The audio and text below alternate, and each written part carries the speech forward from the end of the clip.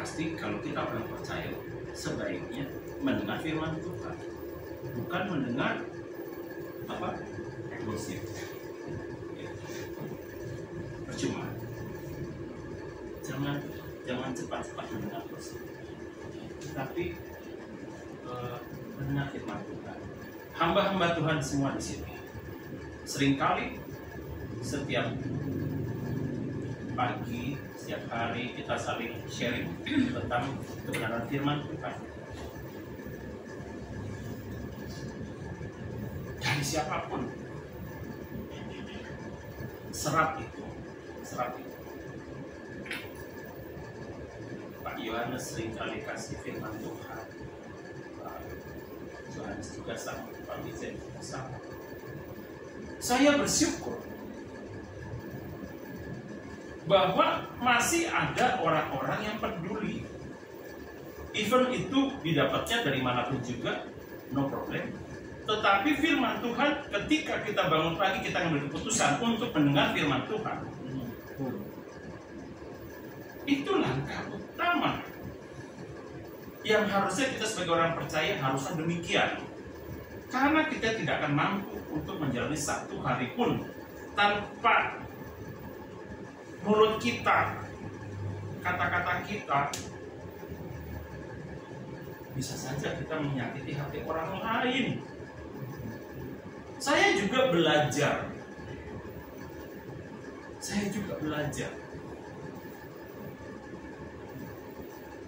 Jadi kebenaran firman Tuhan ini sudah jelas. Setiap orang hendaklah cepat untuk mendengar apa? Mendengar firman Tuhan, bukan mendengar isu-isu yang terkini atau viral-viral yang terkini. Ya. Saya termasuk orang yang nggak begitu update sosial media, yang viral-viral demikian tidak. Tetapi saya suka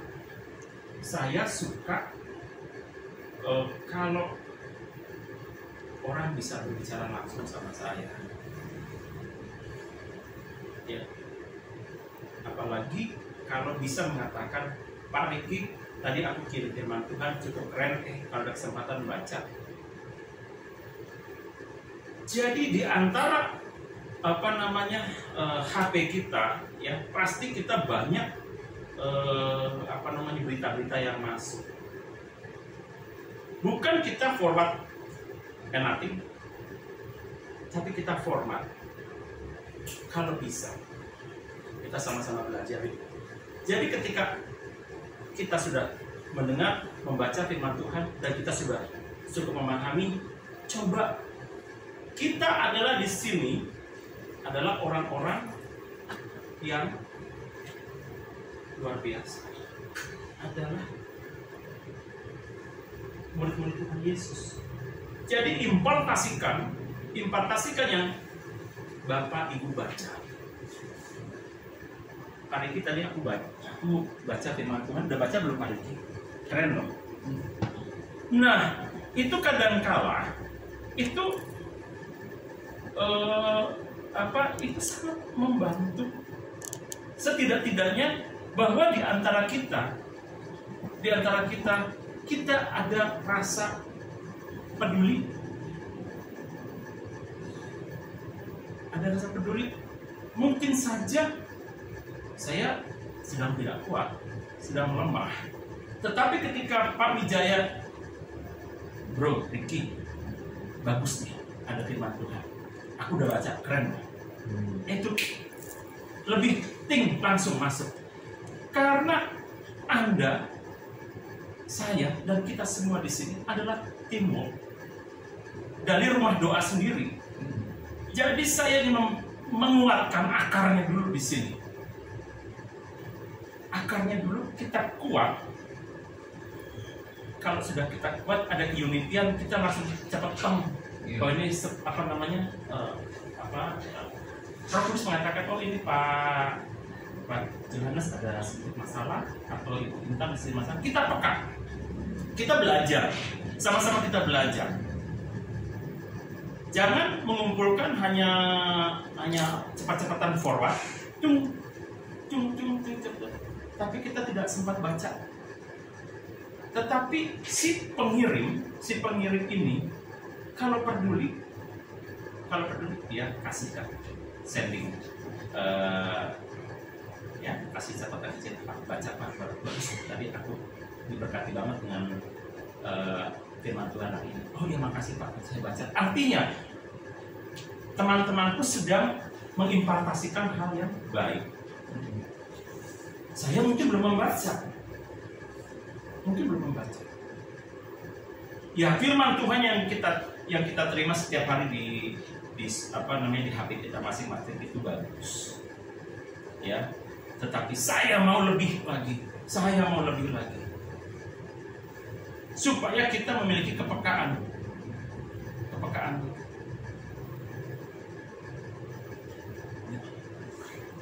Ketika mulut kita ya lebih dikuasai oleh Roh Kudus sendiri, ya kita akan lebih peka kok, pasti. Dan itu memang sama-sama belajar. Ya, mulai dari bangun tidur tadi saya bilang. Kemudian tetapi lambat untuk berkata-kata dan juga lambat untuk marah. Ya pasti. Saya sependapat. Tapi terkadang saya pribadi juga masih cepat marah. Tetapi tolong impartasikan teman-temanku yang baik di sini. Ya. Bahwa di sini tertulis tetapi lambat untuk berkata-kata dan juga lambat untuk marah. Ajarkan kepada saya, Pak Wijaya, Anda paling senior. Ya. Mariki sabar. Ya, Mariki sabar. Itu proses, Pak. Itu proses. Pak Budi, saya belajar di Pak Budi. Ya. Berbahagialah punya suami yang jelek itu. Ya, banget. Ya.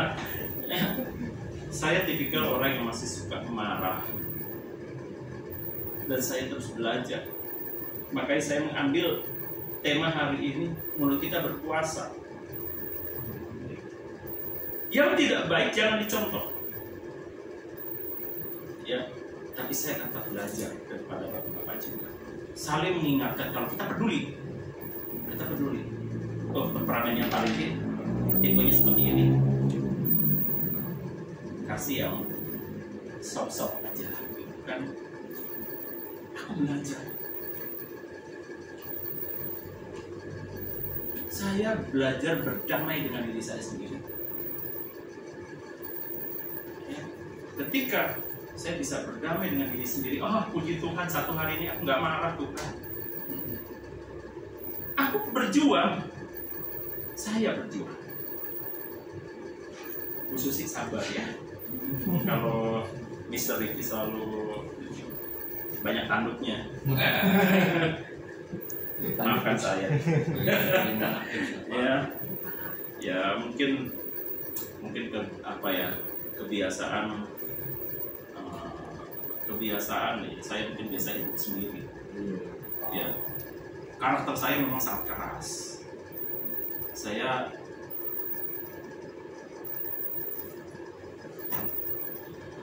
sekian puluh tahun hidup saya itu di kapal, dan saya berhadapan dengan mesin. Saya berhadapan kalau mesin saya nggak bagus, saya bertanggung jawab untuk itu. Bisa saja kapal berhenti.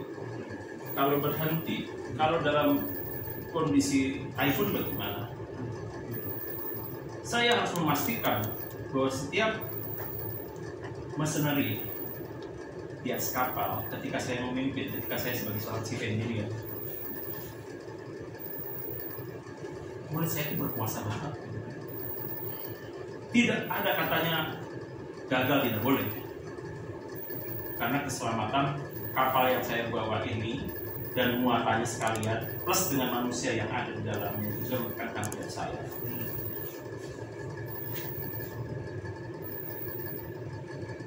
Kadang-kadang unik sih, mesin aja bisa saya ngomong padahal dia udah mati. Ya, tolong baik-baik ya, kita mau passing ke Jepang sana, baik-baik mesin jangan sampai rewel. Saya suka ngajak ngomong seperti itu. Dan itu saya imani, saya yakin, saya imani, padahal itu benda mati. Kalau saya katakan, ya kamu saya orang percaya, walaupun bentuk saya benar di dalam nama Tuhan, benar ya mesin hidupku, kamu baik-baik saja ya, antar kapal ini sampai tujuan dengan selamat. Selalu saya memperkatakan hal itu kepada mesin-mesin. Ya saya nggak tahu problemnya nakoda dan kapal di anjungan sana.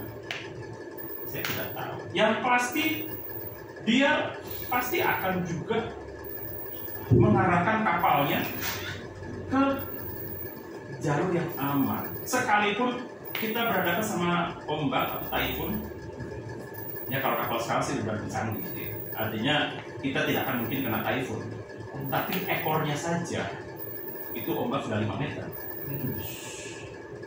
Ya, jadi kapal itu begini-begini, begini-begini. Dan saya memastikan bahwa tidak boleh mesin ini mati, tidak boleh. Nah, Polda juga menginstruksikan sama saya. Saya juga menginstruksikan kepada siapa penanggung jawab di sini, siapa perwira jaga di sini. Kalau kita miss, ya apa? Ya, kita jadi. Saya membawa kapal saya ini dengan dengan selamat. Saya harus mengikuti aturan yang nakoda berikan. Kecepatan sekian, RPM sekian harus ikutin. Karena saya tidak tahu kapal ini di luar sana, tidak tahu saya. Kita di bawah air kok. Ya. Orang mesin di bawah air. Kalau kapal itu tenggelam, terakhir ya tenggelam. Jadi yang tahu itu orang atas orang. Ya.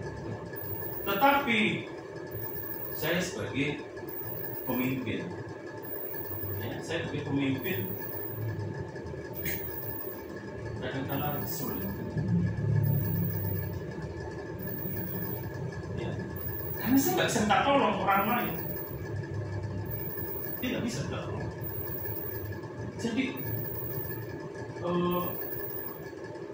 begitu kita dapat perintah berangkat, ya sudah berangkat. Tidak ada cerita lagi mau di jalan, tidak ada. Apapun jadinya. Jadi saya menginstruksikan, menurut saya pastikan bahwa kalian mesin 1, mesin 2, 3, 4 tahu stasiunnya masing-masing.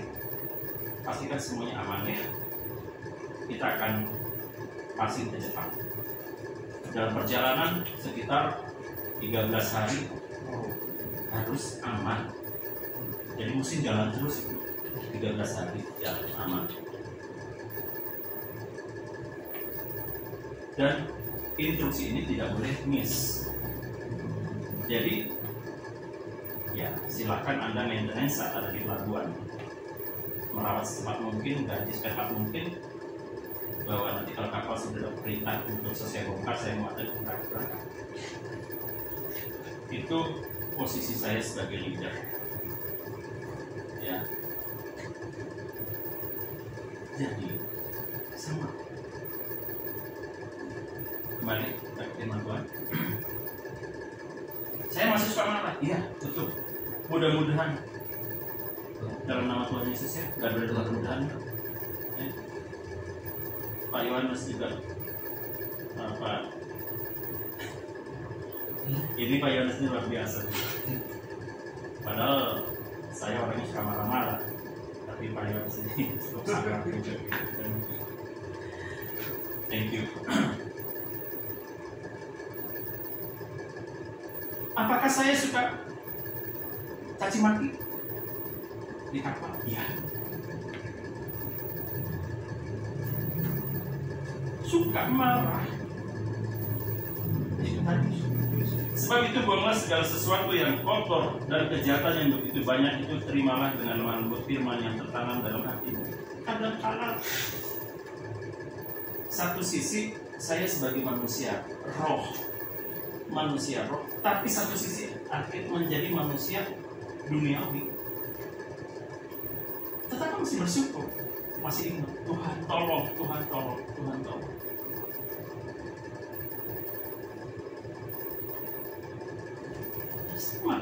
Sama posisi sama, tapi kembali lagi ya, yang kotor dibuang lah ya, yang kotor-kotor sekarang kita sudah menjadi ya pribadi yang lebih baik, usia kita juga sudah makin banyak. Jadi ya kalau bisa kita lebih dewasa dalam kehidupan dalam kehidupan rohani kita. Tetapi hendaklah kamu menjadi pelaku firman dan bukan hanya pendengar saja, sebab jika demikian kamu menipu diri sendiri. Benar. Satu sisi saya juga harus menjadi pelaku firman. Padahal manusia duniawi saya juga masih berjalan, Pak ya. Manusia berjalan. Tapi sisi lain saya harus menjadi manusia roh yang selalu mengandalkan Tuhan. Buatlah keseimbangan ini dalam hidup kita. Jangan kita juga menjadi manusia terlalu roh banget atau terlalu duniawi banget. Ya, tetap kita harus balance. Ya. Karena dengan mulutku kita berkata-kata, kita memuji Tuhan, kadang-kadang juga kita bisa marah sama orang, karena nggak bagus ya itu. Dari mulut yang sama keluar firman Tuhan, tapi dari mulut yang sama kita juga suka marahin orang, suka ngomelin orang. Itu banget saya banget. Saya mau belajar. Saya ketemu teman-teman semua di sini. Terima kasih. Mas Budi, saya juga belajar dari Anda. Bagaimana Anda cukup sabar sekali dalam pelayanan Anda. Ketemu orang-orang yang aneh-aneh. Saya terinspirasi sungguh. Betapa seorang Pak Budi ini, satu lagi kawan Pak Frans itu, mau-maunya melayani orang yang sudah mabuk seperti itu. Mungkin saya tidak terlalu sabar. Karena saya nggak punya ilmunya, saya tidak perlu sabar. Ya, tapi apapun juga bentuk pelayanan Anda itu Anda sudah menginformasikan kepada saya bahwa waktu-waktu yang saya jalani ada saatnya saya berhenti dan mati.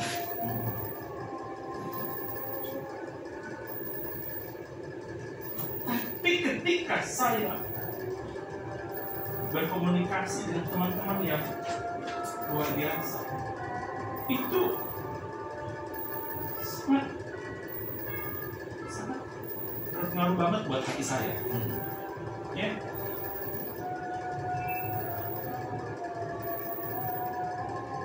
Jadi Bu Intan, Pak Budi itu keren. Bangga punya suami. Jangan lihat kurusnya ya. Jangan lihat kurusnya. Itu banyak kelihatan pertama. Itu dia. Jangan lihat kurusnya. Nanti Pak, kalau Pak ini terlalu gemuk, terlalu gemuk. Tapi itulah yang sabar itu ibu sebelah sama sabar.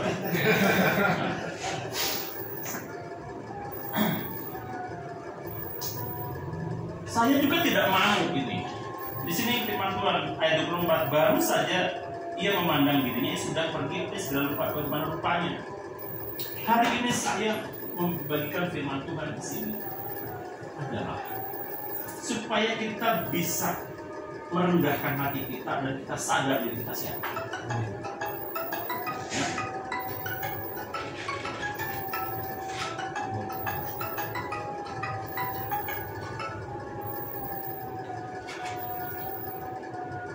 Sebentar ya, Pak Joni ya.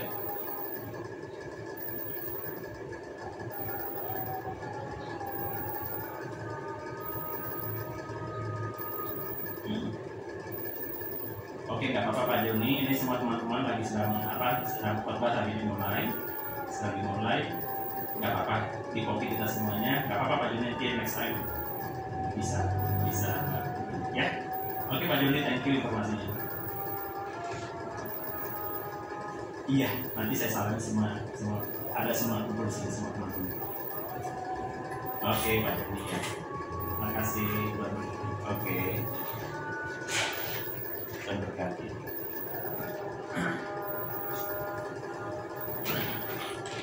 Sampai mana tadi? Baru saja mana dirinya ia sudah lupa pergi. Artinya, ketika saya berbicara seperti ini, yuk kita bareng-bareng menyadari diri kita sendiri.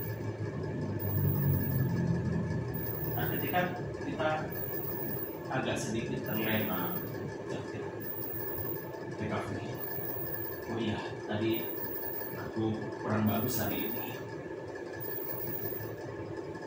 Kalau kita udah bukan anak-anak lagi, ya artinya kehidupan iman percaya kita sudah di level yang sudah di rata-rata. Bahkan kita harus bisa menyembuhkan diri kita sendiri. Kalau kita sebagai seorang pendoa, ya, ditopang doa boleh, ya boleh. Kalau kita memang minta, Pak Yohanes topang doa saya. Artinya saya mengatakan, saya memberikan otoritas kepada Pak Yohanes, Pak tolong doakan saya.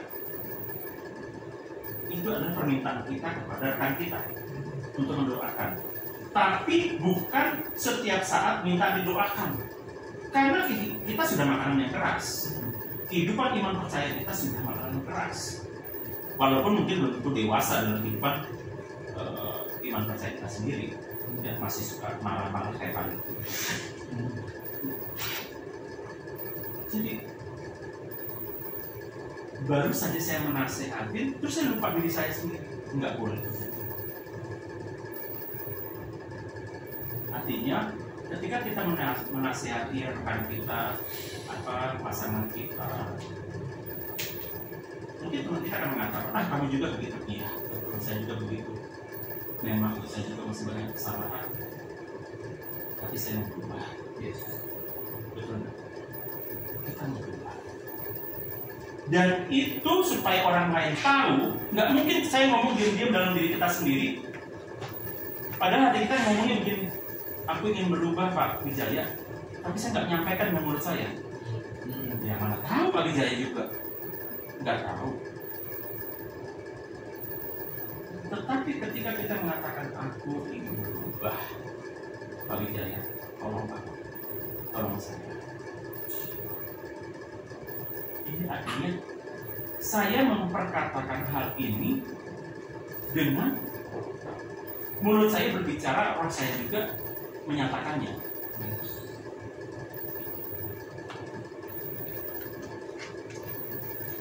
Oke.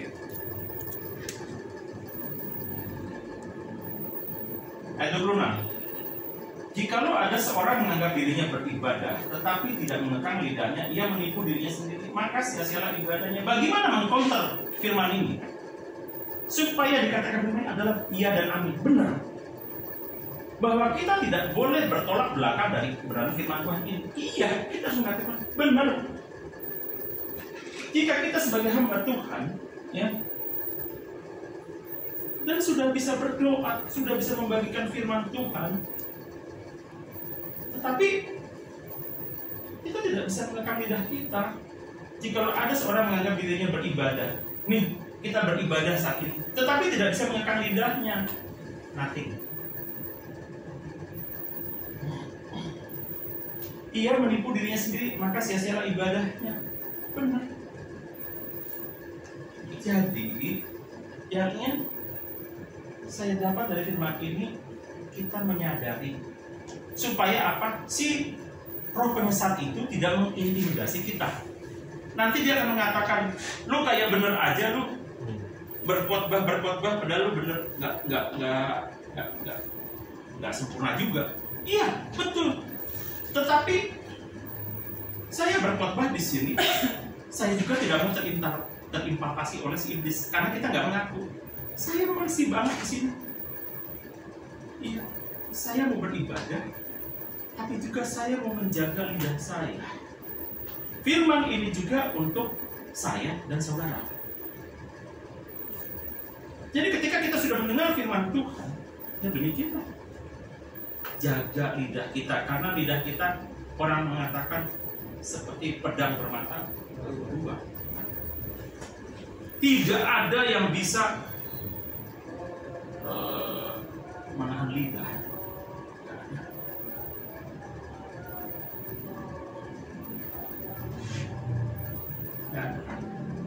Menakutkan. Dengan lidah, dengan kata-kata kita menyakiti pasangan kita ataupun kita menyakiti orang lain. Setelah kita ngomong bla bla bla bla bla, terus kita lupa balik badan, udah.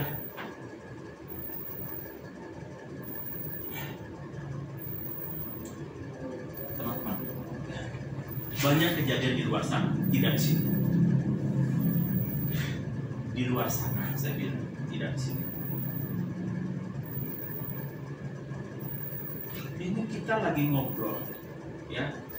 Saya ngobrol sama Pak Wijaya. Tiba-tiba di antara kita ada yang mengatakan kurang bagus perkataannya. Terus kita nggak selesaikan. Saya balik badan, bisa saja orang ngajakin saya. Kata-kata, mungkin saya menyakiti hati Pak Wijaya tanpa saya merasa tahu, tanpa saya merasa sadar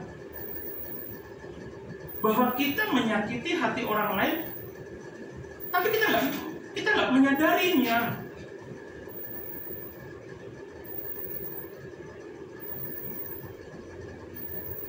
Saya mungkin juga seperti itu, karena mungkin karena saya terbiasa hidupnya dengan mesin. Ya, mesin nggak punya perasaan. Masih nggak punya perasaan. Jadi apa ya? Sangat saya jarang berkomunikasi sama manusia. Teman saya mungkin di kapal paling banyak 20 orang. 1 tahun 20 orang itu terus. Nah, bagaimana saya bisa bertahan? Mungkin nggak dalam satu bahtera kapal isinya 20 orang kita tidak selek. Pasti selek. Pasti selek. Maka itu seorang leader, seorang pemimpin sudah ada SOP-nya. Nggak boleh di kapal terjadi. Ya di zaman saya dulu. Ini saya kembali cerita kapal supaya analoginya jadi gampang.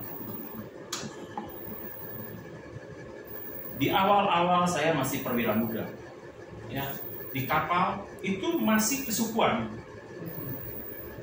Oh, ini tergantung manajer di darat, perusahaan di darat, bagian crewing, ya. Kalau dia mengatur kru di kapal, itu karena dia orang Madura, punten ada orang Madura, isinya orang Madura saja. Jadi misalkan di kamar mesin, anak buahnya Madura semuanya, karena dia yang sebagai HRD, crewing manager, karena dia mungkin kesukuannya dia orang Madura, maka itu orang Madura. Atau kebalikannya, orang Batak semuanya. Akhirnya pada satu kondisi, ya ini hanya contoh ya. Tadi orang Madura, ada juga orang Batak, ada juga orang Ambon, banyak. Saya ngalamin sama orang Manado. Bagaimana kapal itu nggak hancur-hancuran? Kadang-kadang mengkudeta komandannya.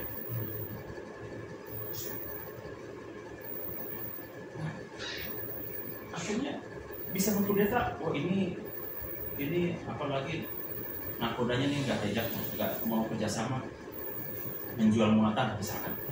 Ya. Ini pemimpin apaan ini? Nggak pro sama anak buah. Itu banyak terjadi. Akhirnya dibunuhlah kapten.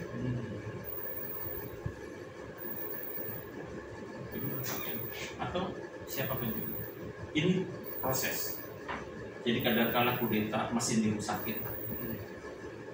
Karena grup-grupan. Kita pelajarin bahwa semuanya ini kenapa seperti ini. Oh, ternyata perusahaan yang salah mengatur, seorang leader, pemimpin di perusahaan itu salah mengatur crewingnya. Jadi dominan suku ini, ya nggak boleh. Itu bisa bunuh-bunuhan di kapal. Ya, bisa artinya grup-grupan gitu kan ya. Malam-malam bisa buka pintu, bisa nusuk di sudah kejadian banyak. Ya, jadi tidak seperti itu. Pemimpin pun demikian. Akhirnya semua proses tidak boleh lagi seperti itu. Akhirnya semuanya sama, presentasinya sama. Jadi ya nggak ada dominan, dan kapal berjalan dengan baik. Ya. Ibadah yang ayat 7, ibadah yang murni dan tak bercacat di hadapan Allah, Bapa kita dialah mengunjungi yatim piatu. Jelas. Kalau bisa. Tapi kita saling mengunjungi sudah hebat ya di sini. Sudah luar biasa. Baik, kita buka Yakobus ayat 26, ayat Yakobus pasal 3. Yakobus pasal 3 ayat 1 sampai 12.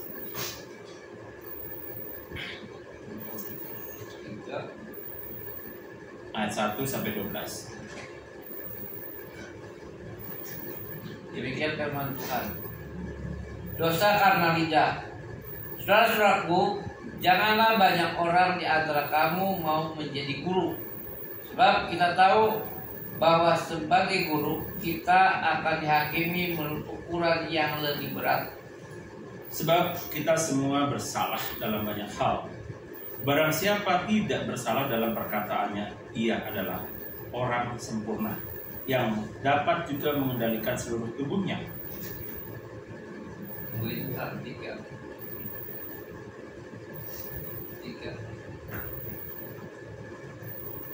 Ayat 3,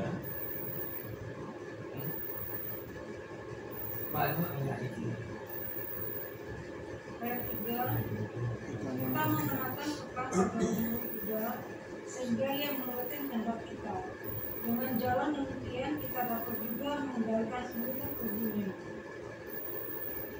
Dan lihat saja kapal-kapal, walaupun amat besar dan digerakkan oleh angin keras, namun dapat dikendalikan oleh pengemudian amat kecil menurut kehendak jurumudi. Ayat 5. Demikian juga lidah, walaupun suatu anggota kecil dari tubuh, namun dapat memegahkan perkara-perkara yang besar. Lihatlah betapapun kecilnya api, ia dapat membakar hutan yang besar. Lidah pun adalah api, ia merupakan suatu dunia kejahatan dan mengambil tempat di antara anggota-anggota